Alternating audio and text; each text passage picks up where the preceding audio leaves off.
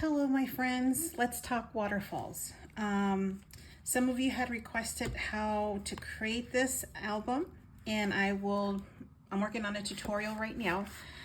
But waterfalls are a great piece to enhance your project. It seems like it's a lot of work at first, but once you get the gist of it, you know, it's the sky's the limit. And this simply is a smaller version of this, or vice versa.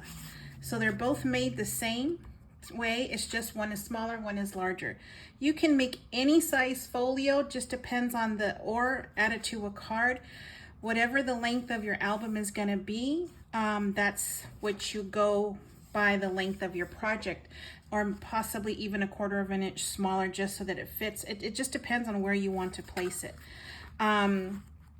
So the binding, or the mechanism is the same. It's the same distance, whether it's a large waterfall or a small waterfall. But I will have I took this concept and used it over here. It's just on a larger scale. I will have a tutorial for this book coming soon, actually coming right now. But what I'm going to get started with you first is the paper and the measurements that I'll be using to create this. I think I will create a video just on how to make the cover, so that you can, if that's all you need to know how to work or do or create, it'll be separate. So I think from this point forward, I'm no longer going to include the chipboard covering in the rest of the tutorials, because it'll just be this tutorial, the same thing over and over again, just different sizes.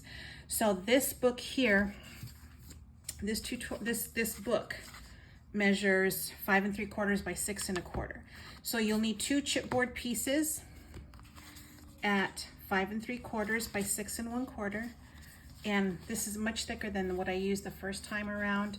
And it doesn't matter what side you use, it's gonna be covered anyway. I just like the thickness of this. This one I found at the Scrapbook store near my daughter in Upland, called Frank Garcia Studios.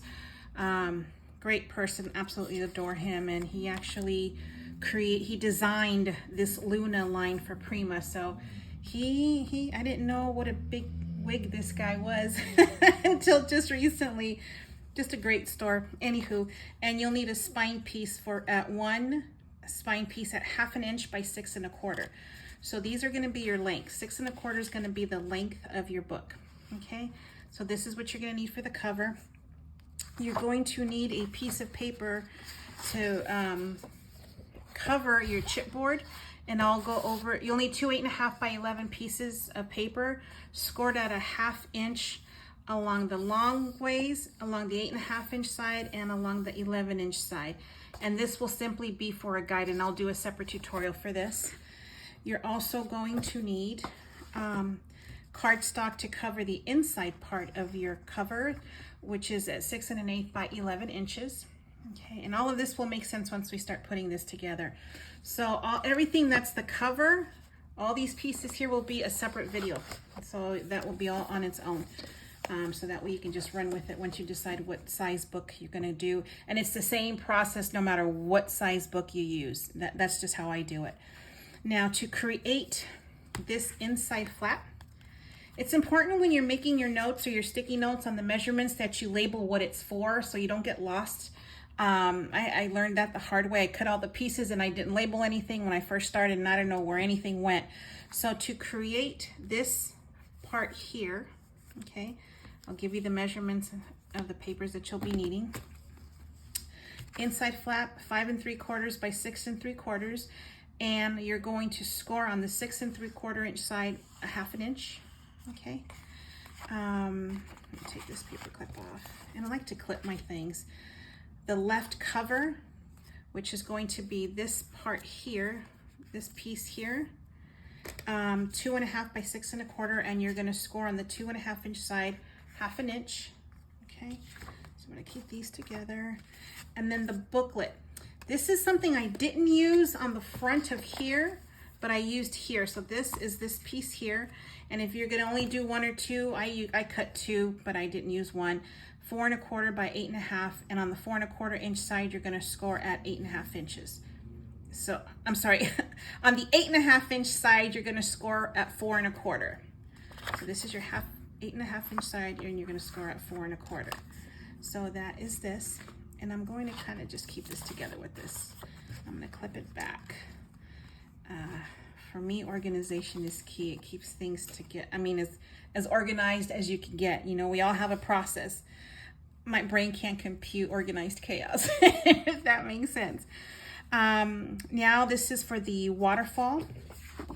We're going to go with the mechanism, which is 1 sheet of paper at 12 by 6 1/4, and you're going to score at 1/2 inch marks starting at 5 1/2, 6, 6 1/2, 7, and 7 1/2.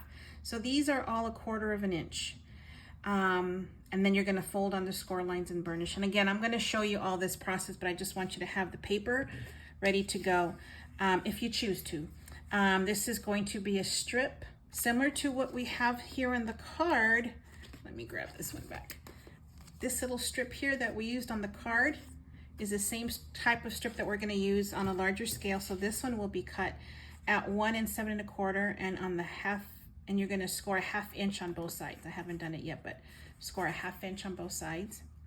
And then for the waterfall pieces, which is these here, these flaps, okay, it's the flaps here, okay. This is you're going to need one at 5 1/2 by 6, the second one at 5 by 6, the next one 4 1/2 by 6, and the last one is 4 by 6. So they're all 1/4 inch shorter, so that it gives you this cascading effect. Okay, so that's the paper that you're going to need, and that's all the paper you're going to need for this.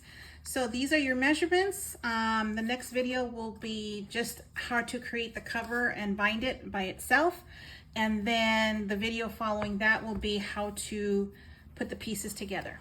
All right, so thank you guys for asking how to do this. It makes my heart happy. I appreciate it. You guys take care until the next video. Bye.